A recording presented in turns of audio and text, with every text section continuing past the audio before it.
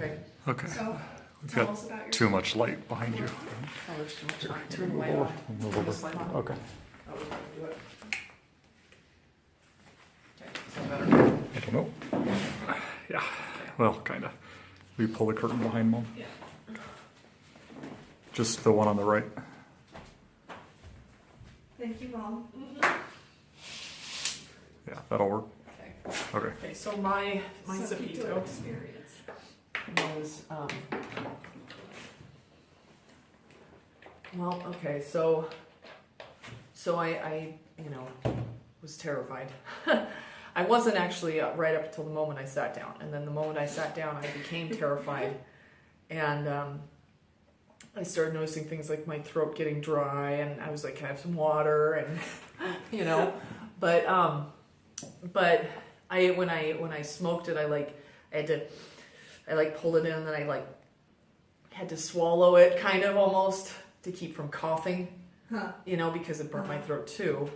But that worked, you know. And I, you know, kind of. But I can't believe I remember that.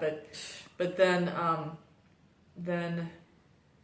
like everything turned green, and it was like I just started falling. It was like I fell and I made these sounds, and I remember the sound of it. You know, I experienced the sounds I was making a lot differently than they sounded, but it was like I was going and I was falling and falling, but it was like I wasn't just falling, I was dissolving. It was like I just dissolved. It was like my mind was reaching out for something to hold on to, but there was just all that there was pure consciousness, just my mind. It's just my mind, you know, and like, how does the mind reach for something? And I kind of, you know, like you talked about the whirring, the whoa, whoa, whoa, whoa, you know, there was that, and there was, you know, I remember a crosshatch pattern of gray stuff that I think that was right when I started falling. It was like that Matrix, that scene in the Matrix, like I said, where his arm turns metal and he's like, wah! You know, it's like, it was like falling into myself. I mean, it really, like, that scene really, that's like how it felt to me, you know? And it's very metallic, kind of, you know, cold. And then I was making that bleh, you know, which, you know, I think that was, and I mentioned concentration camps, that was probably me going back through that past lifetime specifically. And, you know, late at night, that first night, it was like I would jump off a bridge, and I'd have that feeling of falling like you do when you're dreaming, you know, where you wake up and stuff, but like I'd fall, and then I'd dissolve into this water. It was like a river or something, but there was I had some imagery that happened that night, that first night. The main one though is where I was getting my tongue cut out of my head. It was just a real quick, like it was a really rusty kind of scissors. It was like scissors, or like, you know, which connected in with then, you know, like when I came out, because I came out of it once, and I was like, yeah, I'm back. You know, I was like, yes, I'm back. You know, and I was happy to be there. And then I like fell back into this, you know, this sort of like dissolving situation twice or three times actually. But when each time I came out, like my tongue, the first time it was numb, and I wanted to tell you, you know, my tongue hurts like your tongue hurts, because you've had this pain since we got our teeth worked on, and it was like I was feeling your pain was my thought, you know, but my tongue was like numb. It was really uncomfortable and stuff, and you know, I mean, I don't know, you know, I mean, there's no way to prove it was a past lifetime thing, but it fits in with some other stuff, like I talked about with, you know, that I was killed for what I believed because I spoke out, you know, and couldn't keep my mouth shut or something like that, you know, regarding beliefs and stuff. and that I, died in a concentration camp. I was very alone, dismembered, kind of that all fits, What a horrible thing to have happen though. Your tongue cut out of your head. Never really thought about it like that, When we had the dental work, I panicked too because I couldn't speak anymore, and and I said that at the end of the trip where I rolled over. You and I were talking, when I watched the video that I said, I feel my tongue going numb, and I'm like, oh my God, So, anyways, but like, let's see. Okay, 1 second. Okay. So, let's see. That's right. I remember when I woke up, I saw the clouds moving overhead, and I had this voice that was talking to me. It said a lot of things, but I don't remember all of them. But it's told me that I needed to look in people's eyes and hold their hands, and like that was to make the connection. Just go ahead and make the connection. And that was like a part of my humanity, that I mean that we're pure consciousness, that we are pure consciousness, but that the connection we have to other people is a big part of who we are, which is a thought social constructivism is constructionism, those are theories that talk about that anyways, and I've always really liked those theories, but that, like, I grabbed Jan's hand at that one point, and I was talking to him about his dad, because he had been talking about his dad, and as, like, my thought on that later that night, because I felt really uncomfortable with it. It's like I kept going over it and over it the night after, afterwards. And I kept thinking about how, his willingness to let me say those things to him was as helpful to me as it, was theoretically could have been to him. But that I need to let people have their own experience of whatever ails them or whatever is their own, pain, and that helping isn't always helping. That usually helping is actually just me helping myself, But that, like, when he, he's holding his hand and like look me in the eyes and stuff like that was helpful to me too, because I was ready to be done with the whole falling and dissolving thing, and that's like part of what I was supposed to learn from it is that I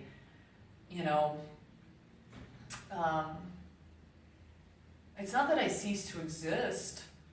I don't believe that. I believe that I exist beyond death, or beyond the death of my body, that is, but that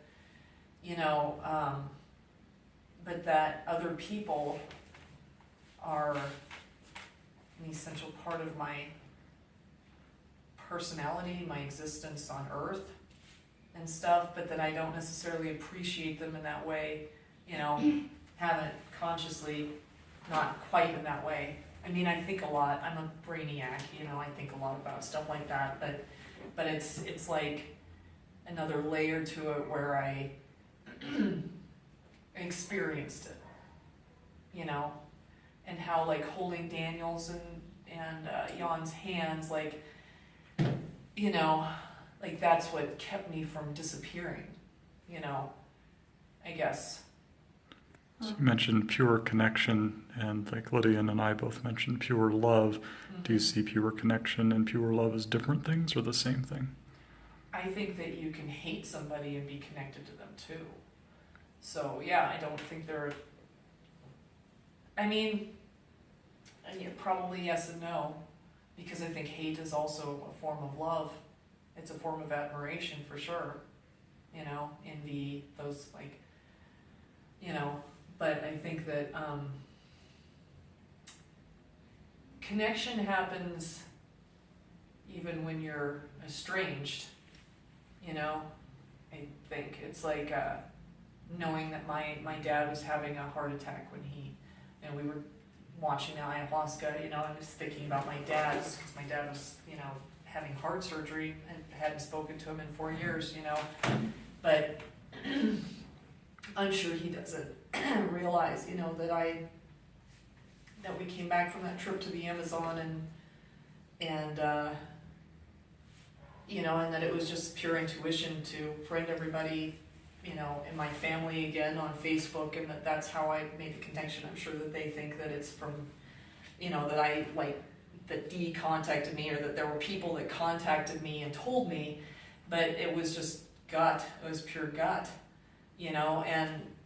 And I, you know, when we had our stillbirth, I was bleeding really heavily. We, you know, were on our way back from Lincoln. We stopped at the emergency room. My mom called on the phone. You know, I mean, we're not tight, you know, like that, me and my family, you know, but we're connected in this inexplicable way, you know. It's very just like kind of pure energy. There's, as far as the love goes, it's, you know, it's a very complicated and twisted kind of relationship, but the energy and the connection is still there, you know. And so I mean, I think that there are a lot of people that we're inexplicably connected to in that way, and as we travel, you know, we find those people, you know. But like I said, I guess I've never, you know, had those, you know, those conscious layers removed where it's not just a theory and a visual in my head. It's like I had the actual experience of how I start to disappear without those connections. And disappear isn't quite the right word, but you know, we can only use words. I mean, how do you describe pure consciousness? You start using words and it, you know, packages it and it makes it all neat and like human. But you know, pure consciousness is, I mean, it was terrifying. And, you know, I mean, that's what I said, is it was awful. It was awful. And it was awful. You know, but like, as far as, I wouldn't call it I mean, I guess I would call it a bad trip, you know. It was not pleasant. And I sure as hell wouldn't have gone and done ayahuasca right after. I mean, the idea of it was just like, oh my God, I'm like, this will last for a while, you know. And I shook a lot, which, you know, I regard that as like an app reaction, like emotions, you know, kind of like what you did, only it was just me shaking and instead unconscious. of violently thrashing. Yeah, it was a little different, but the same, you know, an expression of emotion. But like, you know, yeah, it was definitely, I would call it a bad trip, you know, but it was at the same time, I didn't really want to have like a, you know, like, whoa, you know, like I wasn't in the market for that. I want to be challenged, you know, and stuff. I've already, you know, I did LSD when I was younger, you know, watched the wood grain flowing and. That's what I was just going to ask you too, along those lines. And what's the, you know, you've done LSD, you've done shrooms, and right. They're, you know, technically in the same class. Yeah. You know, so how would you describe, you know, the difference? They're categorically almost not in the same class. You know, I mean, LSD is a recreational thing. Not to say I didn't get anything out of it. I mean, I didn't do it all the time. I didn't like drop acid all the time. I did it experimentally because I was curious, you know, and I mean, I think I could have taken it to that dark place when I was, you know, in college, but I didn't have access, you know, it wasn't easy to get. But, you know, but I did learn a lot about the mind doing LSD. You know, I have to admit that, like, it was like, you know, the mind and just energy, just like the nature of our existence, the nature of the world, and how it's, you know, there's our perception, like Aldous Huxley in The Doors of Perception, where, you know, his theory is that the brain is like a funnel, you know, and that it like reduces what's really there down to manageable bite-sized pieces that our brain, then it like sorts it, categorizes it, and then we like call this a light, and that a bottle, is a computer, and like, but in actuality it's like atoms and this particular vibration of energy, and I experience it as metal, and I experience this as paper, and and stuff like that, and at the age of 18, 19, I mean, those were mind-blowing thoughts that followed me, even after I kind of lost my taste for, I was like, I'm going to be a mature grown-up now. I'm a parent now, because when Lydian was younger, I wouldn't have, I didn't want to be on a high, but I didn't want to be out of my mind when you're little, because I'm your parent. It's my job to be not out of my mind, but at this point, I view the LSD experiences, shrooms, I don't know what happened there, but it was, like whatever kind of, but those experiences, like, they were important to me, but nothing like Sapito. Sapito, watching the other people, I think what happens, my theory is that people, their spirits actually leave their bodies and, remain tenuously connected, maybe, to different degrees depending on the person, but like your spirit kind of like vacates. And then your brain like is making all these connections that, like if you dwell in a particular area of your brain, like you have a problem, and you've got all these synapses and, neurotransmitters, and you've got this path that you follow, because people do that. They follow the same path. They're very, repetitive in that way. They follow the same path over and over through this problem, and like the DMT goes in there and it like makes all the connections. They all light up. There's street lamps then, and like, where you can take a different path. You go, oh my God, I could take this other path. The problem's still there, but it's like there's all these pathways then that kind of open up. Your spirit comes back in, and you all of a sudden have this new insight that's available to you. I think you could probably choose to take the same path over and over again, despite the fact that the connections are there. I'm sure that you could, but that's where, what we were talking about before, where it's like, you have to, you do still have to activate your will and your thought, I think, to make change happen, and it's like kind of anxiety provoking, because our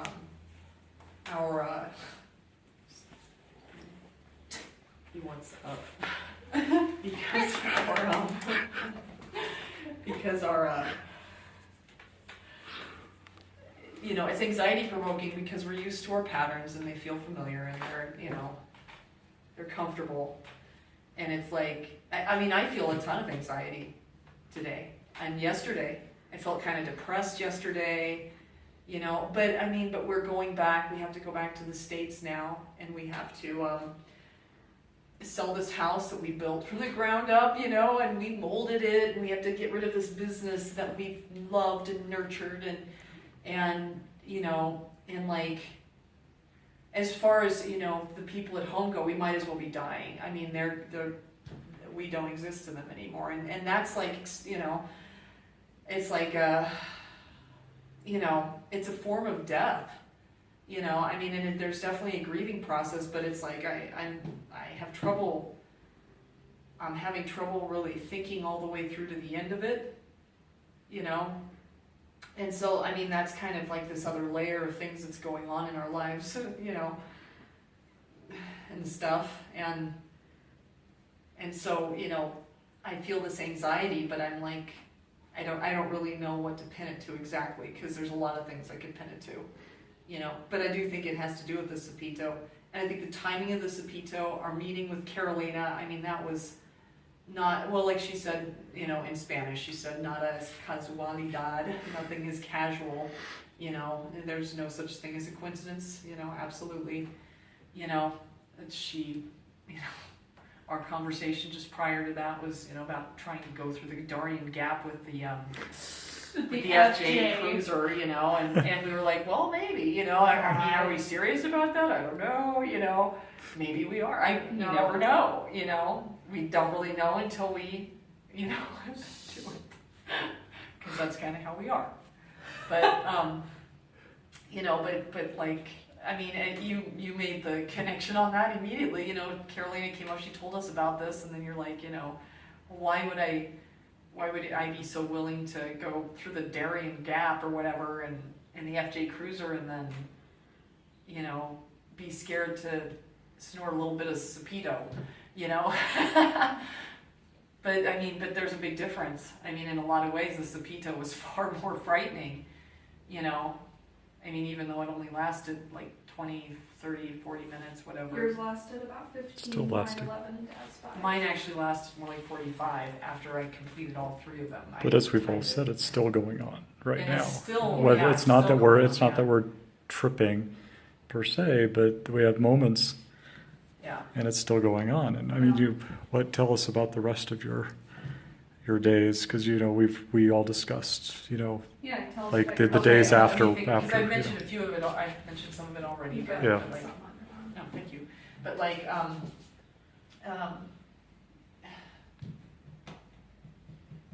like last night, I woke up in the middle of the night and I had this moment where it was like I felt like I was gonna start tripping again. You know, where the world kind of did this bubble thing, and I heard the whir, and I like felt that feeling. Like I don't know how, I can't probably describe it, like in my throat, you know. But then it was gone. It probably lasted like a second. But it happened a couple times last night. Didn't happen the night before, but it happened last night. You know, and you know, the first night I felt like I was falling and dissolving over and over and over, and I decided that was me practicing dying, and that, you know, that I get to practice dying and what that feels like, you know, and stuff, and that was a helpful thought in a really weird way. But then I felt really strung out the next day because I hadn't got any sleep, and I was just an emotional wreck. I mean, everything made me cry. We spent a lot of time weeping with I each cried, other. I cried, I cried. The trees are just so beautiful. Look at the birds. I think it was good for us. I mean, I think that was, you know, I think that's an emotional release. And then, you know, and then I went through and I watched our videos of the experience, and I cried through that, you know, and stuff. I mean, it's really powerful. I mean, I don't know how powerful it is to watch it, like the other people too, you know. But being there, I mean, I cried with all the people there. I mean, they weren't crying, I was crying, you know. It was really powerful because it's like people, you know, I don't think as we're walking around, interacting with people, we don't realize how much pain people are in about different things, and to see their raw emotions expressed, you know, without all the words, just gumming it up, you know, or it's just raw emotion, like, you know, it makes me feel more compassion, I guess, you know.